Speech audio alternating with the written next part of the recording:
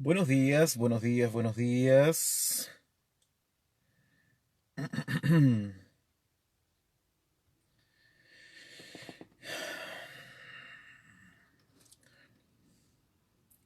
Voy a enviar el enlace inmediatamente a todo el grupo de estudio, mientras van llegando otros directamente a su sala. Josie, bom dia, ¿cómo estás? Un abrazo a la distancia para ti. Aquí, no sé si este es el video. Este parece que es el video. A ver. Ah,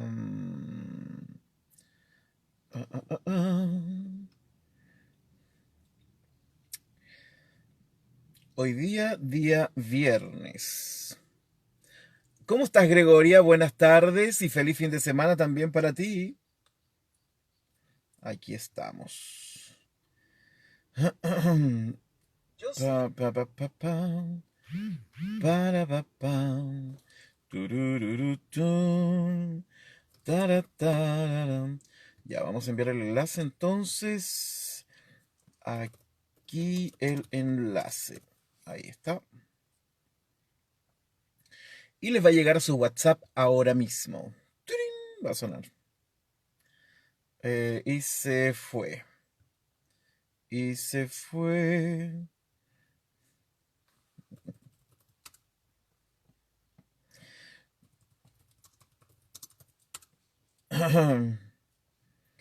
Bien. Un abrazo para Patricio Campos, quien ya llegó.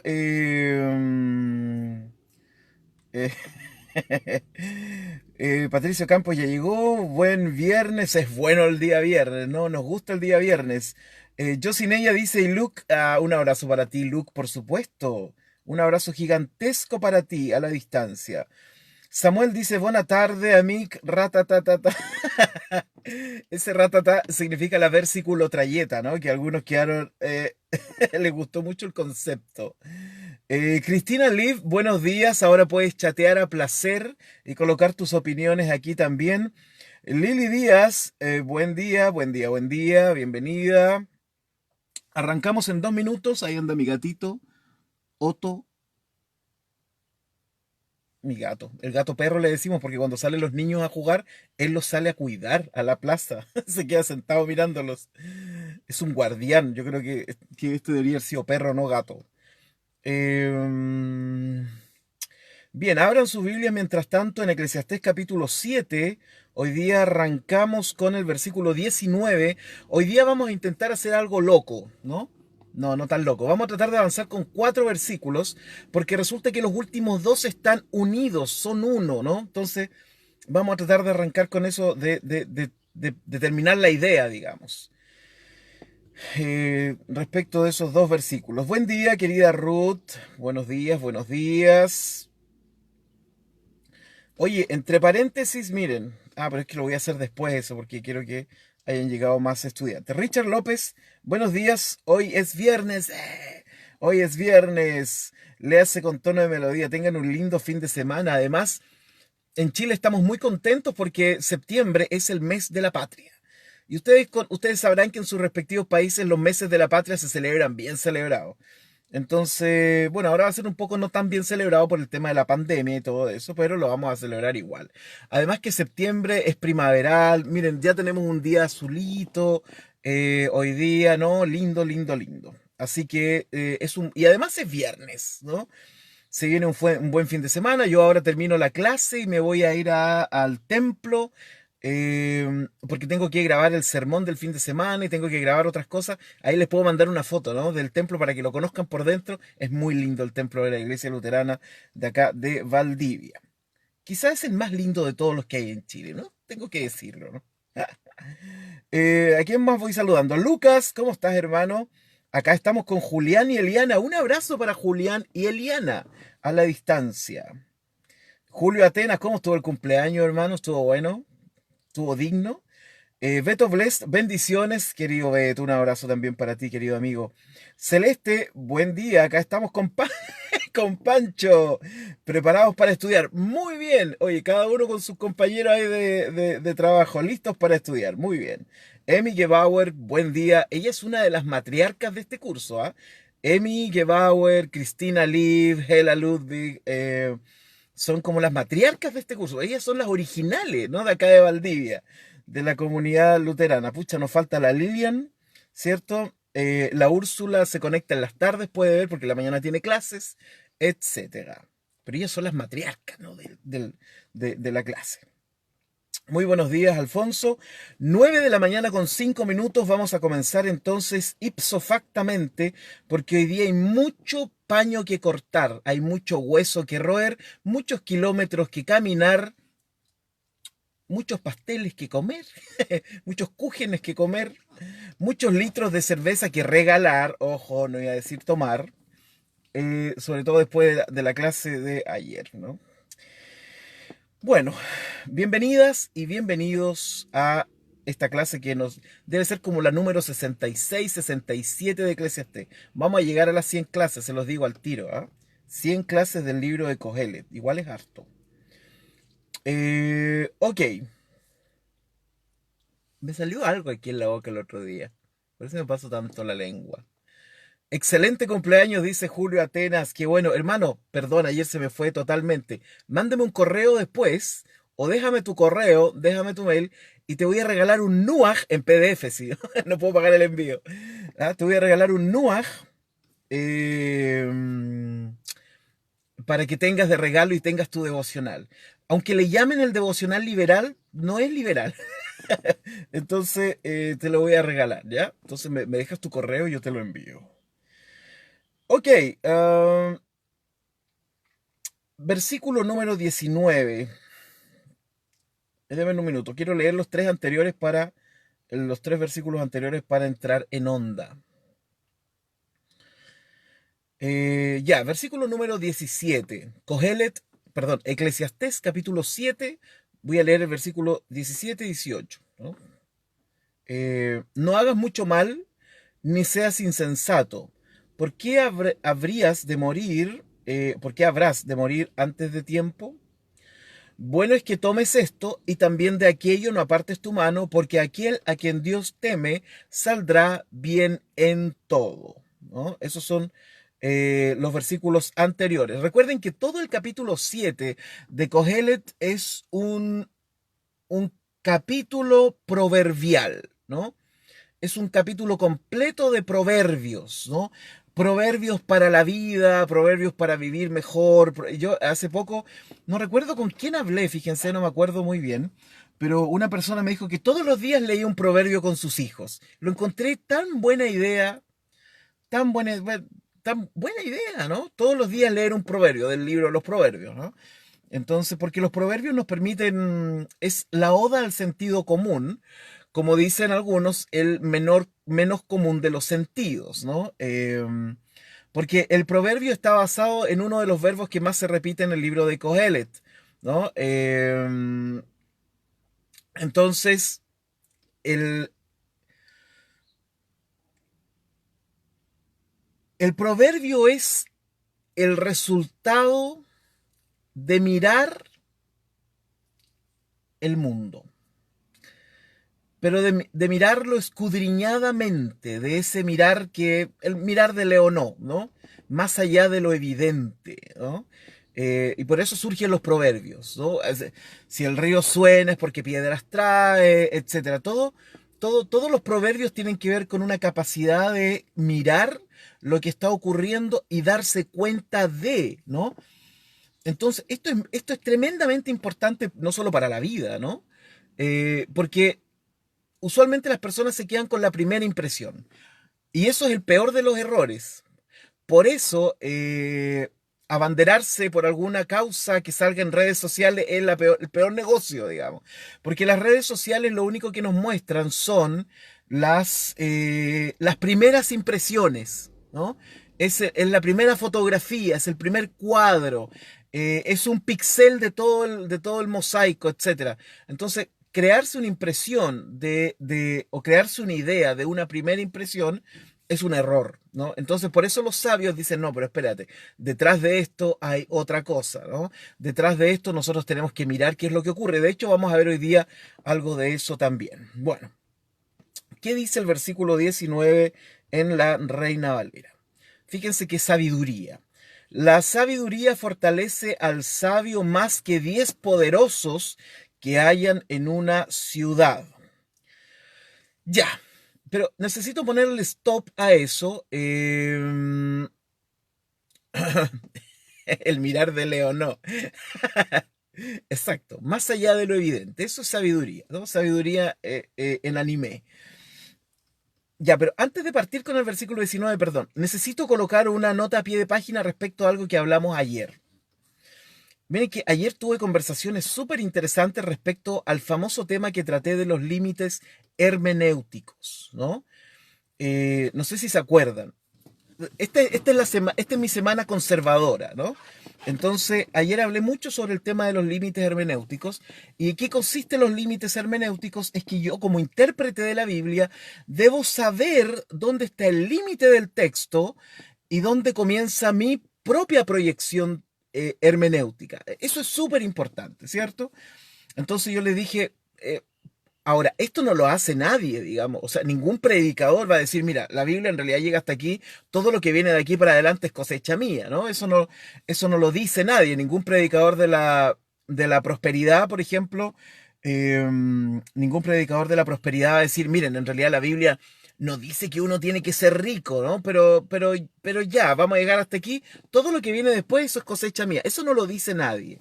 Pero por eso es muy, muy importante y que uno también juzgue lo que sus pastores y sus líderes también dicen desde esa perspectiva.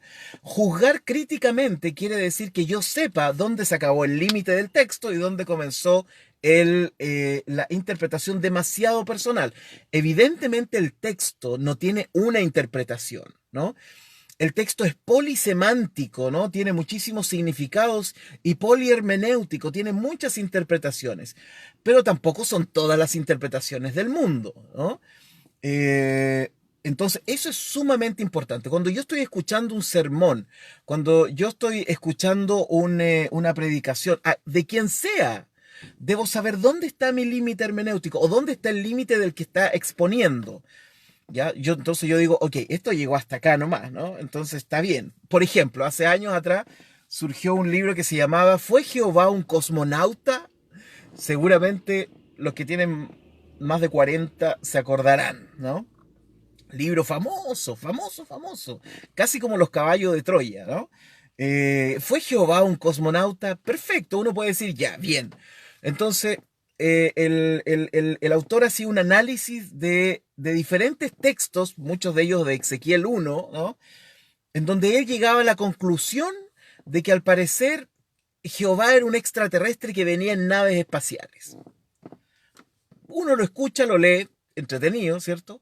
Y ahí es donde uno debe decir, ok, o sea, perfecto, hay un límite hermenéutico, ¿no? O sea, hay cosas que tienen que ver con el texto, cosas que eventualmente yo puedo estirar un poquito del texto, porque el texto no me las dice, pero me permite estirarlo como una masita, ¿no? Me permite estirarlo, porque la masita no se extiende eternamente, ¿no? Entonces uno puede estirar un poquito esto. Pero de ahí a concluir que Jehová era un extraterrestre que venía arriba de una nave espacial, ¡pah! Entonces ahí uno dice, ya, aquí se salió de norma. Entonces yo digo, ok, el análisis está bien hasta cierto punto, pero de ahí para allá es más una cosa que otra. Bueno, y entre una de las conversaciones que tuve ayer respecto del tema de los límites hermenéuticos, estaba conversando con Emi, quien está aquí en este curso, me acordé justamente de un texto donde Pablo dice eso. Y yo dije, wow, tengo que compartir ese texto con los compañeros de camino de Cogelet. Me cuesta decirles estudiante, ¿no? Porque yo creo que aquí todos aprendemos de todo, pero bueno. Y fíjense que me acordé de que Pablo lo dice, po. Si estuviera en Perú diría Pablo lo dice P. Pero acá en Chile decimos po. Primera de Corintios 7:12. Anótelo por ahí, anótelo por ahí. Primera de Corintios 7:12. Dice, pero a los demás digo yo, no el Señor. Que si un hermano tiene una mujer que no es creyente y ella consiente en vivir con él, no la abandone, ¿ya? Pero ese es el contenido. Pero lo interesante es cuando Pablo dice, miren, esto lo digo yo y no viene del Señor. O sea, esa cuestión es tremenda, hermano, es tremenda. O sea, Pablo tiene más conciencia de los límites del texto que muchos predicadores de hoy en día. Muchísimos, porque todos los predicadores finalmente hoy día terminan diciendo que lo que ellos dicen viene de palabra de Dios, ¿no? Y resulta que Pablo mismo llega a un punto, por eso me gustan algunas cosas de Pablo, ¿no? Otras no tanto, por supuesto. Entonces, pero me encanta cuando Pablo dice, mira, esto lo digo yo. ¿Cuántas veces usted ha visto un predicador decir, mira, la Biblia llega hasta acá y lo que viene de aquí para adelante es puro cuento mío nomás?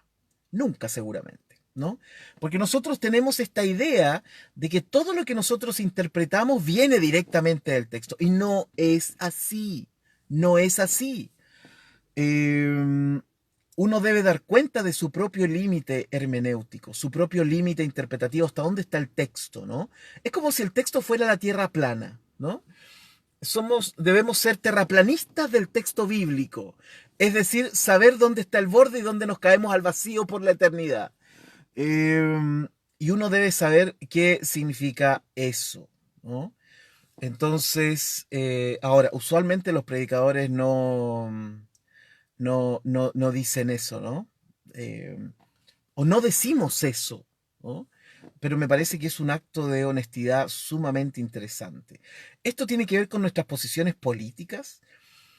Imagínense que si en nuestras posiciones políticas uno dijera, mira, Jesús podemos llevarlo hasta este límite, hasta aquí, ¿no? El texto no nos permite más que eso. No nos permite hacer de Jesús un comunista, no nos permite hacer de Jesús un socialista, ni nos permite hacer de Jesús un capitalista, ¿no? Entonces el límite del texto llega hasta acá. De aquí para adelante es una interpretación que yo le estoy dando al texto, ¿no? Ojalá llegáramos algún día a tener ese nivel de sinceridad respecto del análisis. Y también yo como pastor tengo una tremenda responsabilidad respecto de esto, ¿no? Porque a veces solemos hacer calzar demasiado la palabra de Dios con nuestras opiniones personales, ¿no? Ya, eso nomás quería decir para cerrar la línea de ayer. Versículo 19. La sabiduría fortalece al sabio más que 10 poderosos que haya en una ciudad. Otra traducción de fortalece, como dice aquí. Oh, se me perdió todo el texto. Denme un segundo. Un segundo. Un segundo. Estoy con ustedes.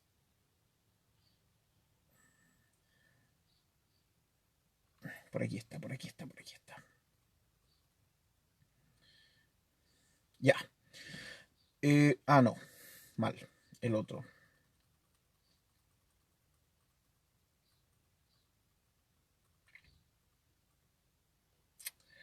Ya voy. Ya. La sabiduría fortalece al sabio. Otra traducción de fortalecer. Otra traducción de fortalecer es obstinarse, ¿no? Que sería una especie de interpretación respecto de lo que es fortalecer, ¿no? ¿Qué es fortalecer? Una interpretación podría ser, bueno, ser obstinado, por ejemplo. El sabio se obstina a tal punto que su energía no cesa. Ya es sabio y por ende la sabiduría es un camino del no retorno. El aprender es un camino sin vuelta atrás, a menos que hagas una reconversión respecto de las cosas que sabes. Y ahí está el dilema del cristianismo occidental, que para que siga siendo religión debe tener una cuota de no saber, ¿no? Y esta es una gran cuestión, esta es una gran pregunta. ¿Es el cristianismo una religión? Porque por más que se la vendan como que no es religión, la verdad es que todo lo que se habla de cristianismo es religión. ¿Dónde está el elemento que hace que una creencia sea religión? Fácil, súper fácil. Cuando te dicen que hay ciertos elementos que los debes creer por fe nomás. Cuando tú te encuentras con eso, en cualquier creencia, en cualquier lugar, en cualquier época, estás dentro del dominio de la religión. Así de simple. cuando debes creer algo simplemente por fe. Esto no es un juicio acerca de si creer está bien o no. Tiene que ver con los elementos constituyentes dentro de un acto religioso. Entonces, ahí donde hay un creer sin investigar, entonces estás dentro del plano de la religión. Por supuesto que habrán religiones donde el elemento de creer sin preguntar es mucho más amplio que otras, ¿cierto? En la medida que el elemento de creer sin preguntar y sin investigar se va ampliando, entonces ya pasas de la religión al fetiche, ¿no? Pasas de la religión a la magia, etcétera. Pero también esto se puede ir reduciendo, ¿no? Se va reduciendo y queda un pequeño núcleo, y ese pequeño núcleo de todas formas igual es un creer sin preguntar, ¿no? Creer sin investigar. Cuando estás dentro de ese plano, estás dentro de una religión. Indefectiblemente, sea el cristianismo, el budismo, lo que tú quieras, la religión que se te ocurra, donde tengas elementos de creer sin preguntar, estás en una religión. Así. Entonces, y por lo tanto, nos tenemos que preguntar si el cristianismo es una religión o no, sin hacer juicio aún, sin decir si la religión está bien o está mal, ¿no? Pero es una pregunta que surge de esto, ¿no? ¿Es el cristianismo una religión? ¿Qué tantos elementos tiene el cristianismo sobre los cuales yo no debería preguntar y debo creer así nomás? ¿O no? Porque surge que lo que ocurre es que en Occidente, si una persona comienza a investigar demasiado acerca de estos núcleos, ¿ya? De estos núcleos sobre los que no se pregunta, en general terminan siendo ateos. O, por parte baja, agnósticos. Eso es un punto. Por eso cuando la gente dice, no, es que tienes que estudiar más la Biblia, tienes que estudiar... No, ten cuidado, ¿no? No lo mandes a estudiar tanto la Biblia. Bien. Ya, quiero ver algunos comentarios que han puesto acá y han puesto algunos textos también.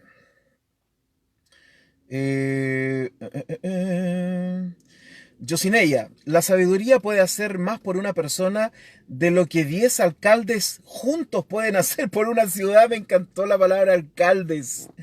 Qué buena. Es verdad. Pero ¿y por qué no tenemos los sabios de alcalde? Esa es como la gran pregunta, ¿no? ¿Por qué no tenemos un consejo de sabios en vez de dirigentes políticos? Bueno, si hay políticos que son sabios, si no los vamos a echar todo al mismo saco, ¿no? Y hay otros que les falta mucha sabiduría, ¿no? O que tienen ciertas inteligencias, pero no inteligencias sociales también. Bueno. La TLA dice, colocó Ruth, una ciudad está mejor protegida con la sabiduría de un hombre sabio que con la fuerza de 10 gobernantes. Y Alfonso colocó una nota en griego aquí que dice, la Septuaginta traduce a taas, es el verbo, por boethesei, ayuda. ¿Habrá confundido os con azar? Es que leo mal de lejito, hermano. Es una buena pregunta, ¿eh? Es una muy buena pregunta de crítica textual. Muchas gracias, Alfonso, por ese comentario. Bueno, y ahí está el dilema del cristianismo occidental, ¿no?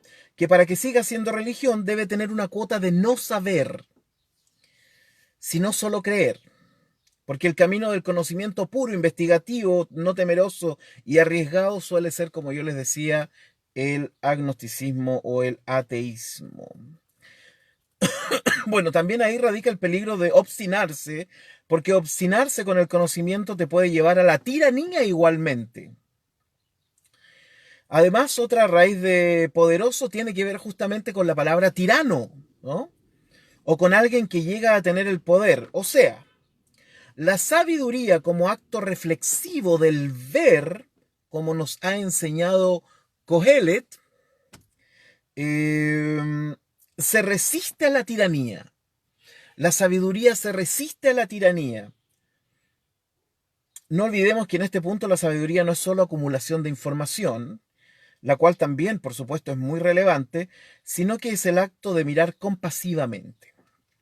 El Midrash, en una de sus interpretaciones sobre quién es el sabio, miren, tiene un montón de interpretaciones en este punto el Midrash, una de ellas es que este sabio es Noé, porque entre Adán y Noé pasaron 10 generaciones, justo como los 10 gobernantes, ¿no? O como dice la NTLH, 10 alcaldes. Entonces, que fue Noé y pasaron 10 generaciones porque solo Dios habló con Noé en esas 10 generaciones. Por su parte, el comentario ortodoxo nos regala una bella nota lingüística respecto de la preposición me en la palabra meazara, que ahí está. Bueno, les voy a leer el texto. Dice, Jajojma taoz. Ahí está el texto que estaba poniendo Alfonso. Ahora lo leo más claro. Jajojma taoz le jajam, ¿no? La sabiduría le da fuerza al jajam, al sabio. Y después dice, me asará, ¿no? Me asará, que significa más que 10. En Kohelet, la preposición mem, para los hebraístas entre nosotros, ¿cierto?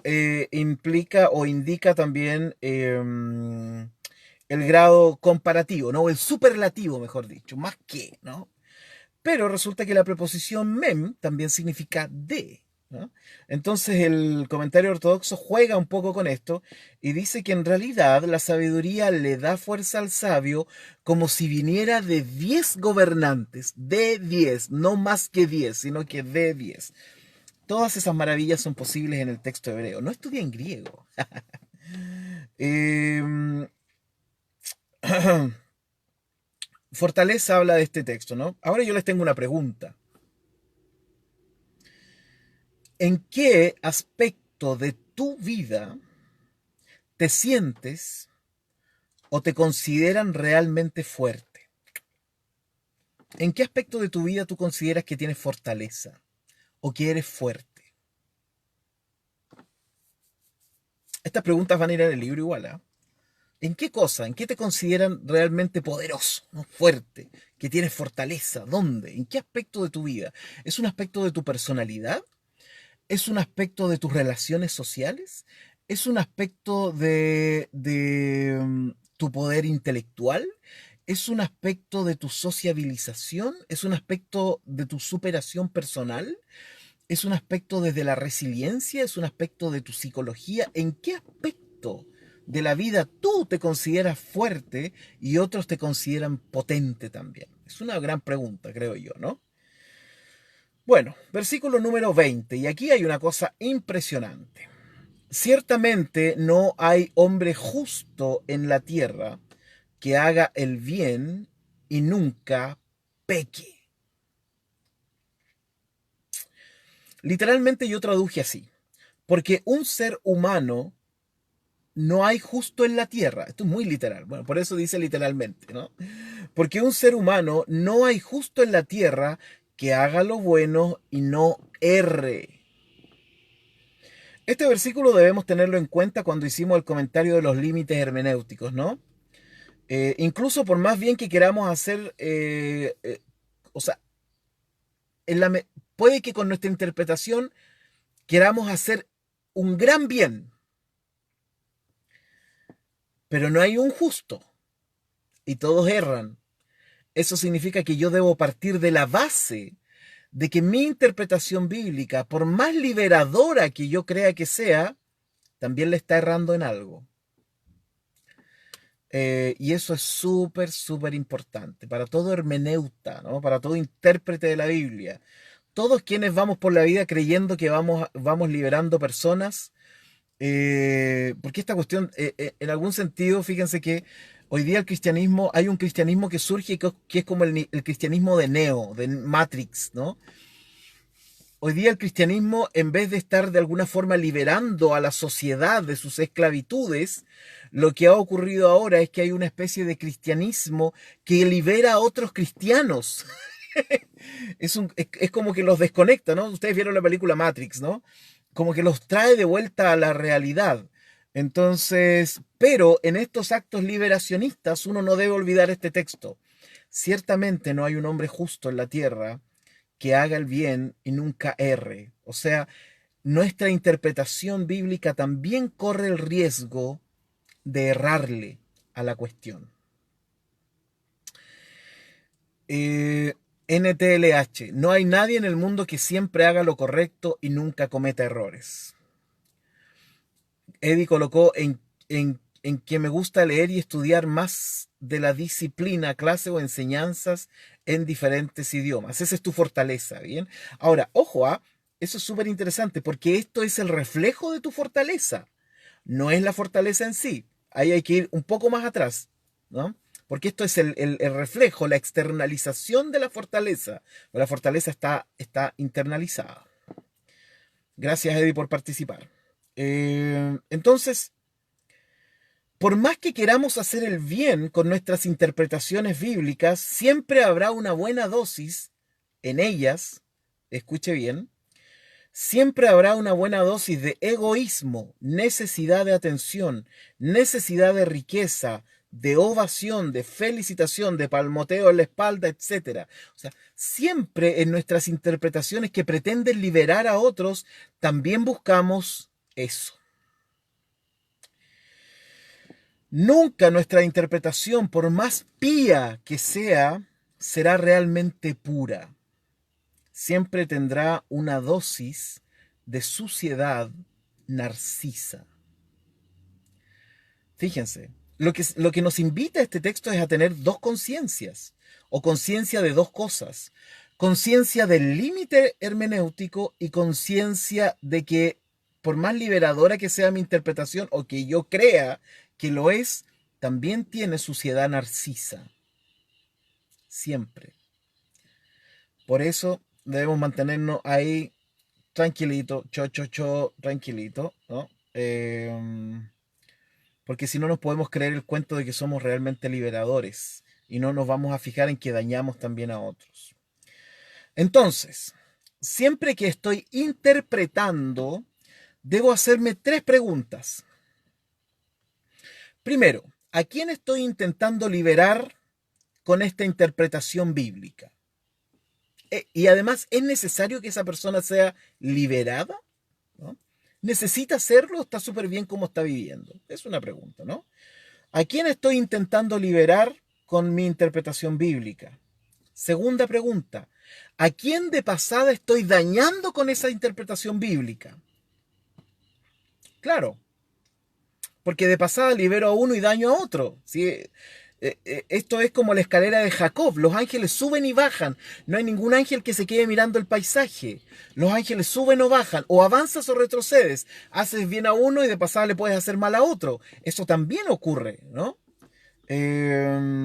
Entonces, ¿puedo sopesar eso? Repito las primeras dos preguntas.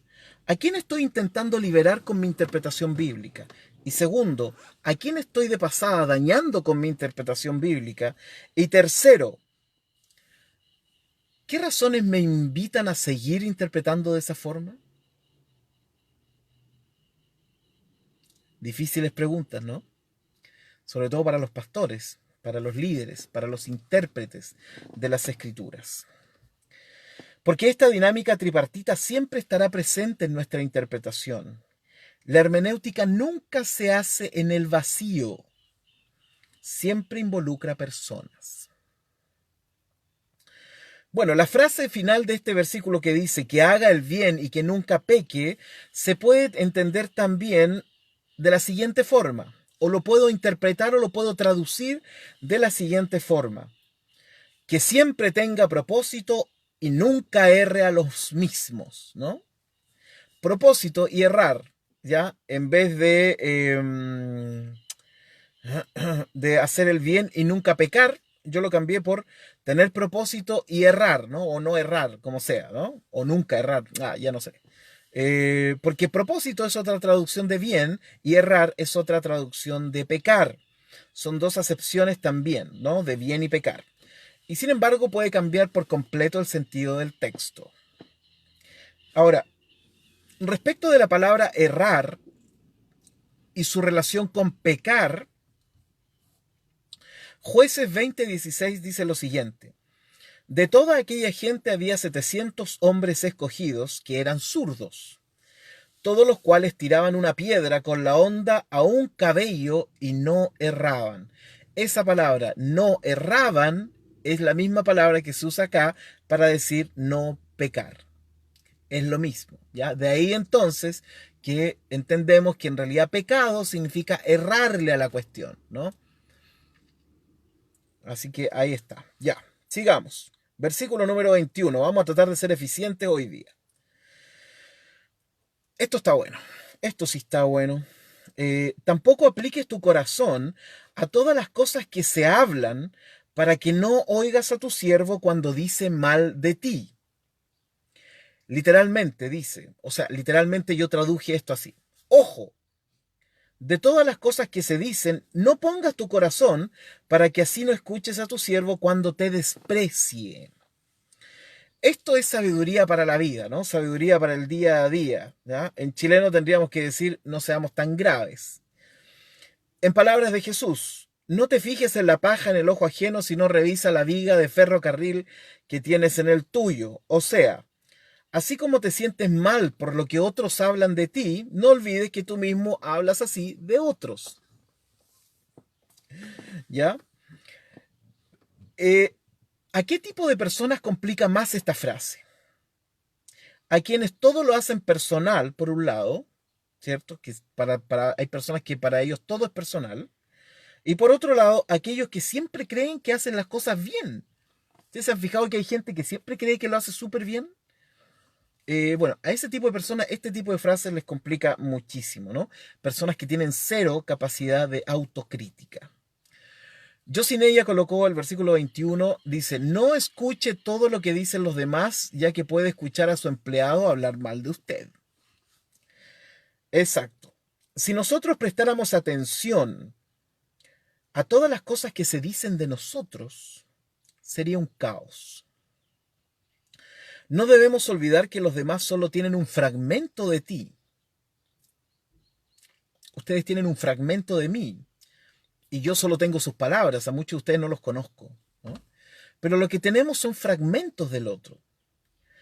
Entonces, eso es importante, no olvidar que nosotros poseemos fragmentos del otro. No tenemos al otro completamente. Es más, el otro ni siquiera se sabe completamente a sí mismo. Hay personas que se desconocen totalmente, que no han hecho el trabajo interior de saber quiénes son, para dónde van, cuáles son sus caminos, sus fortalezas, debilidades, por qué hacen lo que hacen, quién los motiva. Hay gente que nunca se ha trabajado a sí misma. Entonces no saben quiénes son y por ende viven de las opiniones de los otros.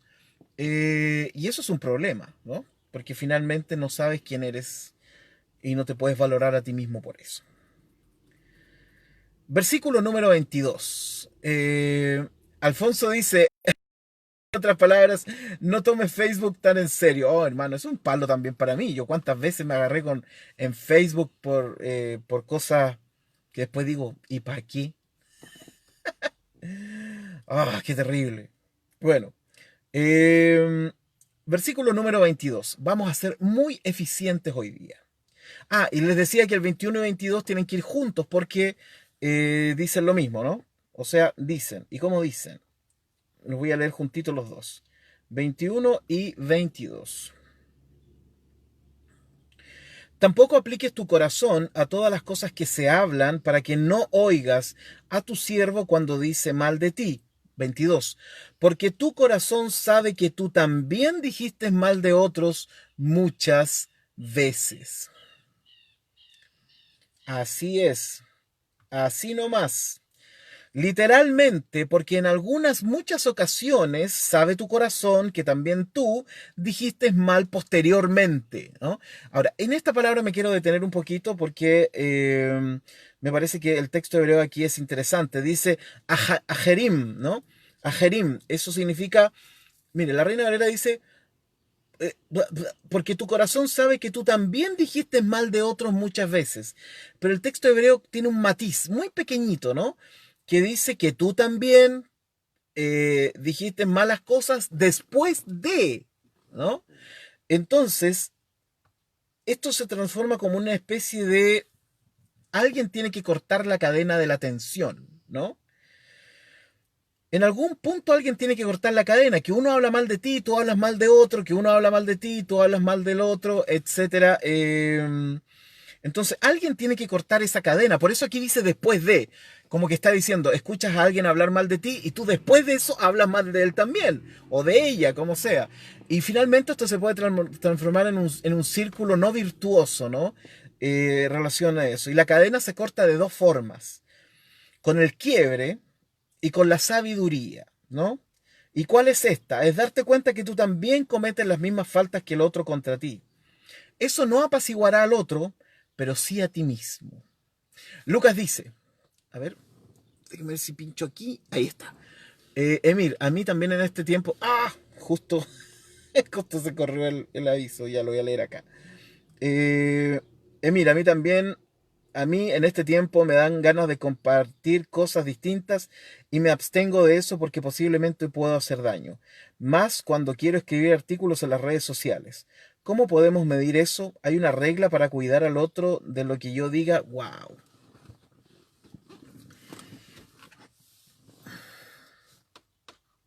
Qué difícil pregunta, hermano.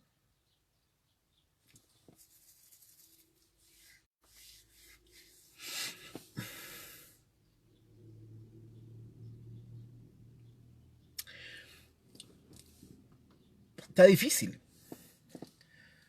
Eh, Pablo en Romanos,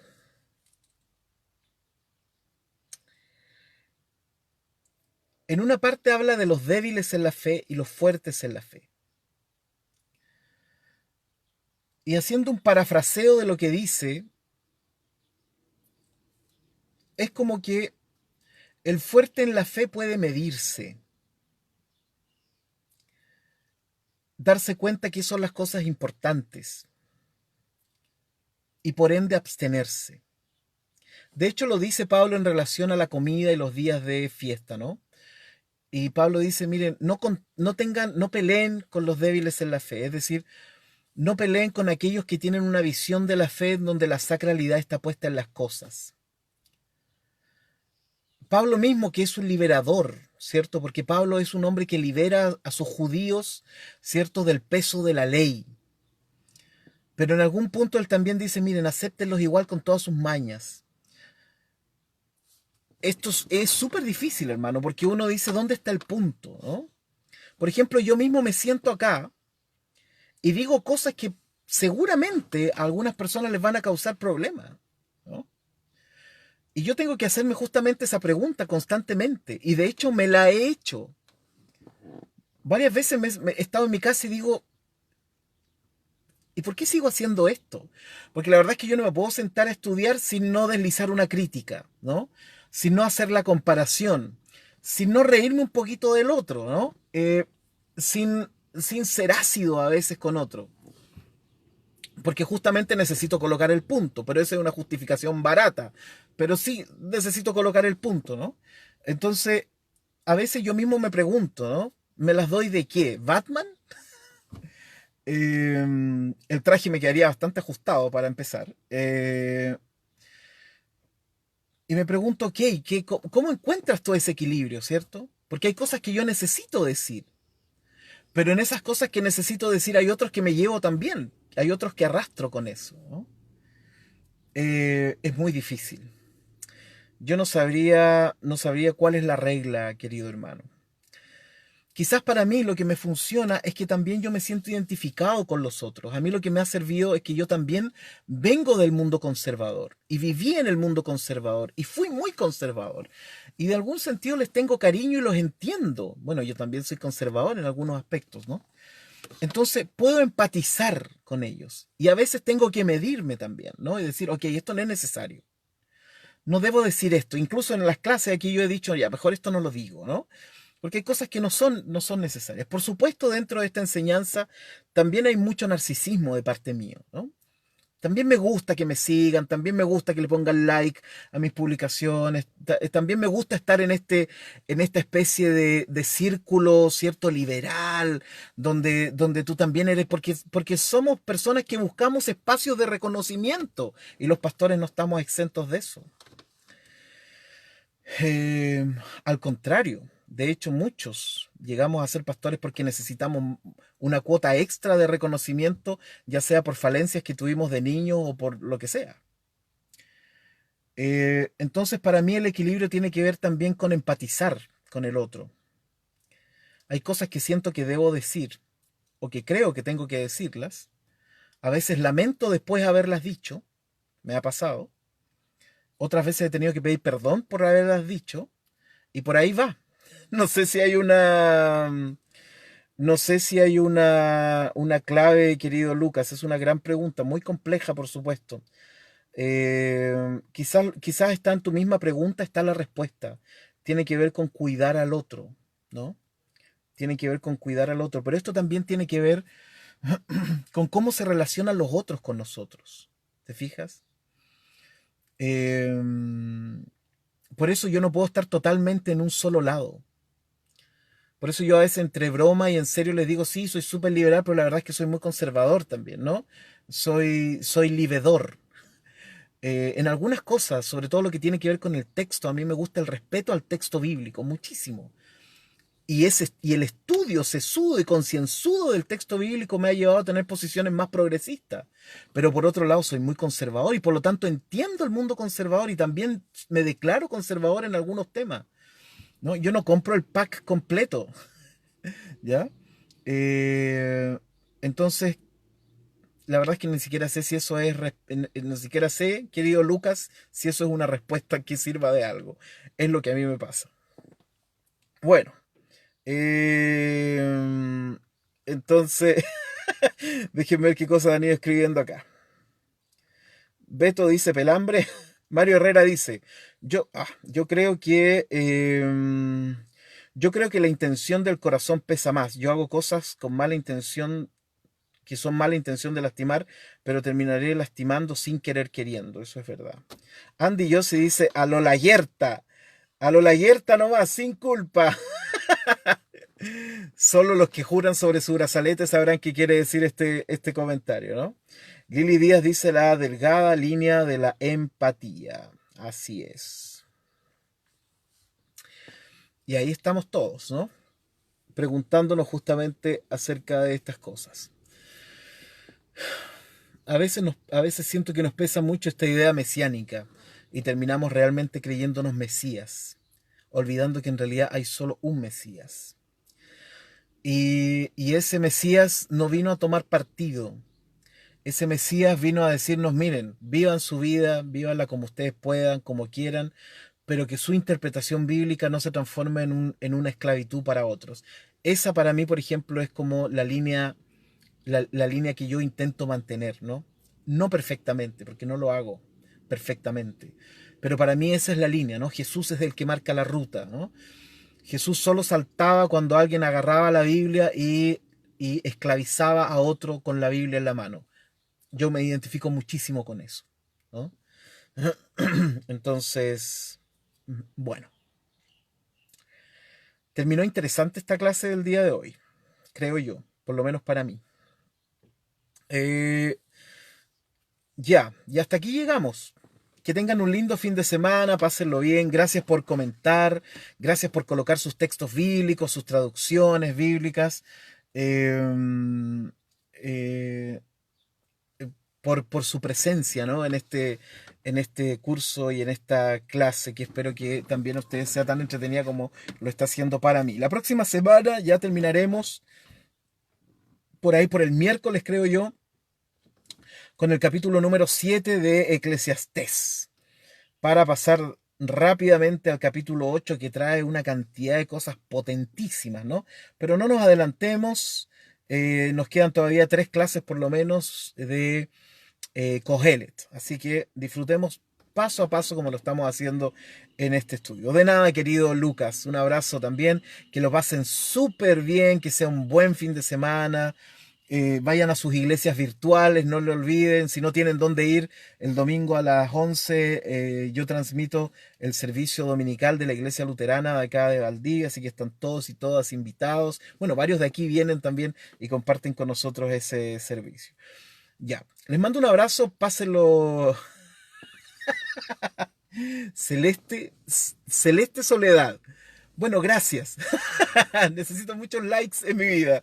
Eh, Les mando un abrazo, chicos, que lo pasen bien, cuídense. Y si Dios quiere, nos vemos o nos encontramos el día lunes a las 9 de la mañana en punto. Bye bye. Que estén bien. Chao de mí. Abrazos.